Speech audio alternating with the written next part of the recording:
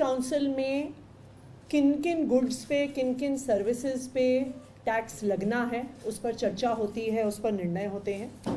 और दिल्ली सरकार लगातार दिल्ली वालों की तरफ से, देश के सभी हिस्सों के लोगों की तरफ से जीएसटी काउंसिल में आवाज़ उठाती रही है। कल भी जीएसटी काउंसिल की मीटिंग में कई महत्वपूर्ण मुद्दे आने हैं, ऐसे मुद्दे जो दिल्ली के लोगों से, देश के लोगों से जुड़े हुए हैं और जिसको लेकर कई रिप्रेजेंटेशंस मेरे पास पिछले कुछ दिनों में आई हैं। पहला जो एक महत्वपूर्ण मुद्दा कल की जीएसटी काउंसिल की मीटिंग में आएगा वो है रिसर्च ग्रांट्स पर जीएसटी लगने का मुद्दा।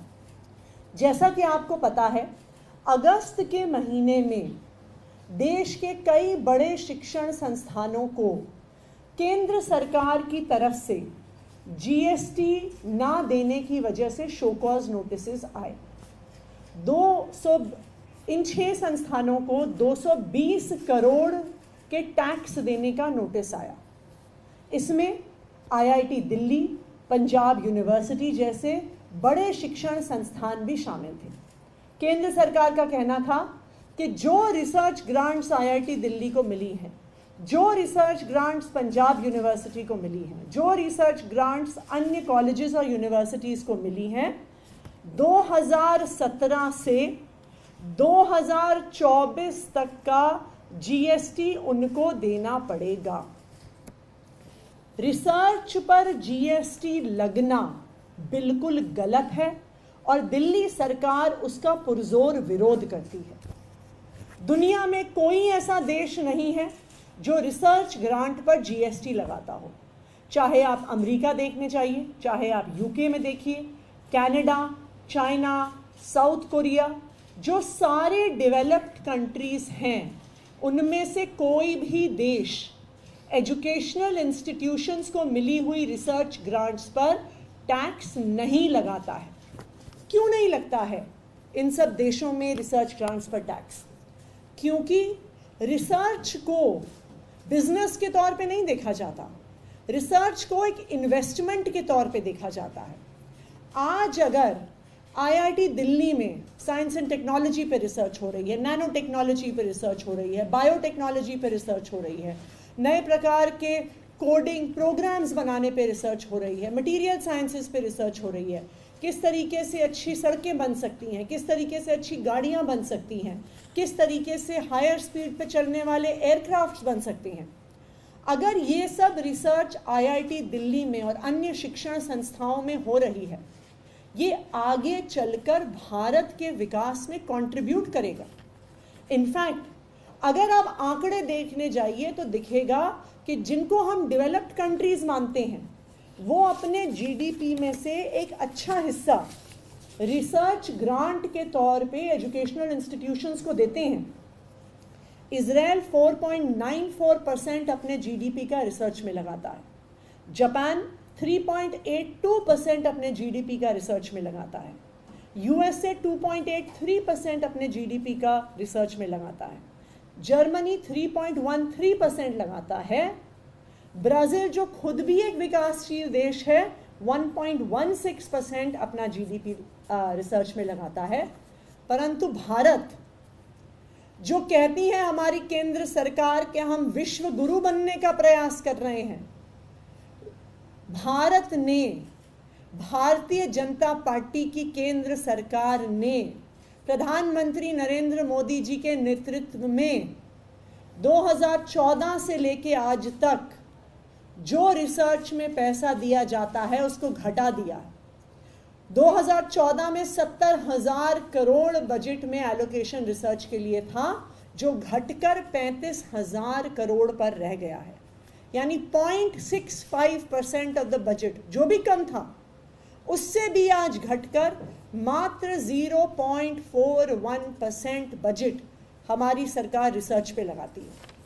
और अब ये सरकार जो खुद रिसर्च पे पैसा नहीं दे रही, अगर प्राइवेट सेक्टर से इंस्टीट्यूशंस रिसर्च ग्रांट लेके आ रहे हैं तो कह रही है जी हम तो आप पे जीएसटी लगाएंगे, हम तो आप पे 18% टैक्स लगाएंगे, हम तो आपको भारत के भविष्य के लिए रिसर्च करने के लिए पैसे हम तो दे नहीं रहे हैं, जो पैसे आपके पास आ रहे हैं उसमें से हम टैक्स काटेंगे। ये बिल्कुल गलत है और दिल्ली सरकार, अरविंद केजरीवाल जी की सरकार इसका पुरजोर विरोध करती है। और कल जीएसटी काउंसिल में दिल्ली सरकार ये मांग करेगी कि जो रिसर्च ग्रांट्स पर जीएसटी लगाया गया है उसको तुरंत हटाया जाए और एजुकेशनल इंस्टीट्यूशंस को जो रिसर्च ग्रांट मिलती है उसे जीएसटी से एग्जेम्पशन दी जाए। एक दूसरा महत्वपूर्ण मुद्दा कल जीएसटी काउंसिल में आ रहा है और वो है ऑनलाइन पेमेंट गेटवेज पे जो ट्रांजैक्शंस होते हैं, जो छोटे ट्रांजैक्शंस होते हैं, 2000 रुपए से कम के ट्रांजैक्शंस होते हैं, उन पर जीएसटी लगाने का।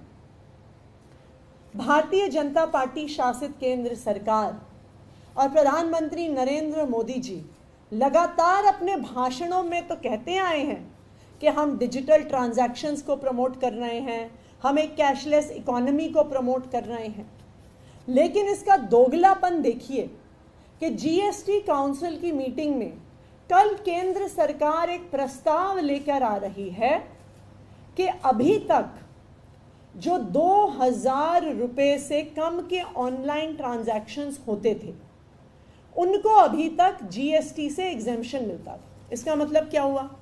इसका मतलब ये हुआ कि जब आप और हम ऑनलाइन कुछ सामान खरीदते हैं, अपने डेबिट कार्ड के माध्यम से खरीदते हैं, अपने क्रेडिट कार्ड के माध्यम से खरीदते हैं, नेट बैंकिंग के माध्यम से खरीदते हैं, तो अगर हमारा ट्रांजैक्शन 2000 रुपए से कम होता है, यानी छोटा ट्रांजैक्शन होता है, तो उस पर जीएसटी नहीं लगता।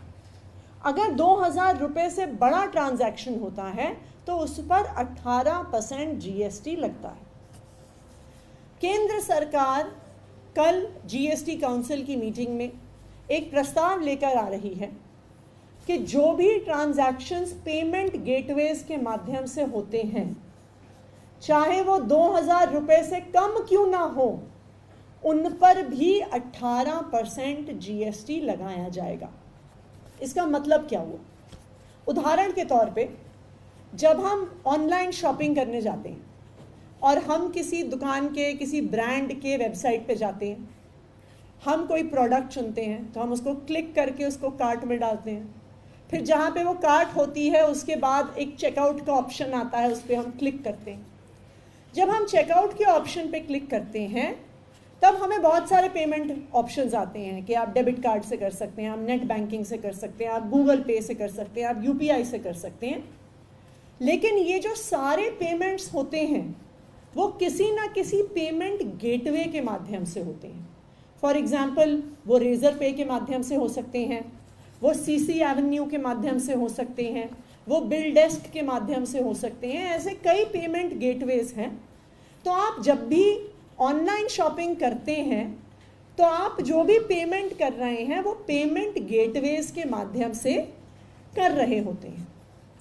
अभी तक ये सारी पेमेंट्स 2000 रुपए से अगर कम होती थी तो इन पर जीएसटी नहीं लगता था, यानी पेमेंट गेटवे अपना एक चार्ज लगाता है, उस पर जीएसटी नहीं लगता था। अब केंद्र सरकार एक प्रस्ताव लेके आ रही है कि चाहे ट्रांजैक्शन 5 रुपए का हो, चाहे 50 रुपए का हो, चाहे 1500 रुपए का हो, लेकिन पेमेंट गेटवेज पर किया गया कोई भी ट्रांजैक्शन टैक्सेबल होगा और 18% जीएसटी पेमेंट गेटवे को देना होगा। ये आपके लिए और हमारे लिए क्यों इंपॉर्टेंट है? ये क्यों एक महत्वपूर्ण प्रस्ताव है और दिल्ली सरकार इसका विरोध क्यों कर रही है? देखिए, अगर पेमेंट गेटवे को हर ट्रांजैक्शन पर जीएसटी लगेगा तो वो तो आगे पास ऑन करेगी, या तो वो उस बिजनेस को, उस दुकान को, उस वेबसाइट को पास ऑन करेगी, या वो दुकान उसको आगे कंज्यूमर को पास ऑन करेगी। अब आप इस बात को समझिए, ऑनलाइन सामान आज के दिन में सबसे ज्यादा कौन बेचता है? छोटी दुकानें बेचती हैं, छोटे बिजनेसेस बेचते हैं, स्टार्टअप्स बेचते हैं। आज के दिन में बहुत सारे स्टार्टअप्स एक्सक्लूसिवली ऑनलाइन बिजनेसेस करते हैं। बहुत सारे लोग, आज आप दिल्ली में देखिए तो बहुत सारे यंग लोग छोटे छोटे अपने बिजनेसेस करते हैं जो वो इंस्टाग्राम के माध्यम से चलाते हैं, जिसमें वो फैशन से रिलेटेड चीज़ें बेचते हैं, कपड़े बेचते हैं, डिज़ाइनर प्रोडक्ट्स बेचते हैं, ज्वेलरी बेचते हैं, अपने केक्स, पेस्ट्रीज, कई प्रकार के छोटे बिजनेसेस इंस्टाग्राम के माध्यम से, वेबसाइट्स के माध्यम से चलते हैं। इन सब के पेमेंट गेटवेज के माध्यम से होते हैं। तो अगर पेमेंट गेटवेज पे जीएसटी लगेगा तो छोटे बिजनेसेस और स्टार्टअप्स पे सबसे ज़्यादा असर पड़ेगा। आज के दिन में अगर हम देखें तो हमारे देश का 30% जीडीपी छोटे बिजनेसेस से आ रहा है। आज के दिन में हमारे देश में 62% एम्प्लॉयमेंट छोटे बिजनेसेस से आ रही है। तो जहां सरकार को छोटे बिजनेसेस को प्रमोट करना चाहिए, उनको टैक्स एग्जेम्पशंस देनी चाहिए, उन बिजनेसेस को कैसे हम और प्रमोट कर सकें, उन बिजनेसेस के लिए हम कैसे और नए नए माध्यम बना सकें कि वो ज़्यादा इकोनॉमिकली फीजिबल हो सके, ये करने के बजाय केंद्र सरकार पेमेंट गेटवेज पर टैक्स लगाने से इन छोटे बिजनेसेस पर असर डालेगी, उनके कस्टमर्स पर असर डालेगी। तो इसलिए 2000 रुपये से कम के जो ट्रांजैक्शंस पर जीएसटी लगने का प्रस्ताव केंद्र सरकार लेकर आ रही है, दिल्ली सरकार कल जीएसटी काउंसिल में उसका पुरजोर विरोध करेगी। क्यों? क्योंकि इसका असर स्टार्टअप्स पे होगा, इसका असर छोटे बिजनेसेस पे होगा, इसका असर एक आम कंज्यूमर पे होगा जो अक्सर अपनी शॉपिंग छोटे छोटे सामान के लिए ऑनलाइन करता है।